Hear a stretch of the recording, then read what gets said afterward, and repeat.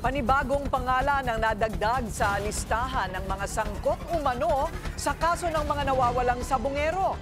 Isang kongresista na kumukubra daw ng daan-daang milyong piso kada buwan.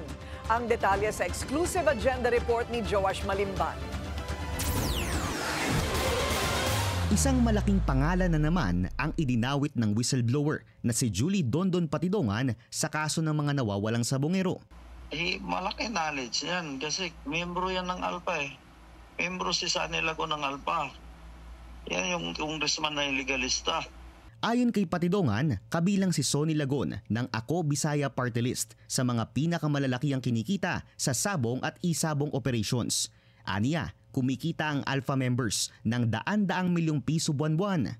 At sila rin umano ang grupo na responsable sa pagpapadukot sa mga sabungerong nantsotsyope o namimirata ng mga online betting platform. Halos lahat dyan, taga 100 million, 90 million, depende sa share. Mayroong nagsishare dyan na 700 million, 800 million. Aman. Kwento pa ni Patidongan, isa si Lagon sa mga sumang-ayon sa pagpapaligpit sa mga missing sabungero. Sabi ni Mr. Atongang, kung hindi natin gagawin to, babagsak yung negosyo natin. Tapos sino bang sangayon dito? Kumbaga napagdesisyonan na yan na isang meeting lang. So tuloy-tuloy na yon.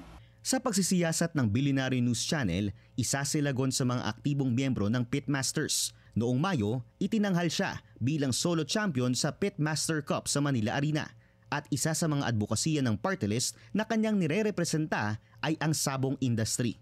Sinubukan ng Billionaire News Channel na kunin ang pahayag ni Lagon pero hindi pa ito sumagot sa aming mga mensahe.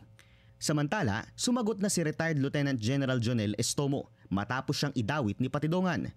Mariing itinanggi ni Estomo ang umano'y involvement sa kaso ng mga missing sabungero. Inihahanda na rin daw ng kanyang mga abogado ang isasampang reklamo kay Patidongan matapos ang aniyay malisyoso at walang batayang akusasyon laban sa kanya. Sinabi naman ni DOJ Prosecutor General Richard Fadulion na muli ring haharap sa korte si Patidongan sa July 22 para sa pagdinig ng nakabinbin nilang petition for bail.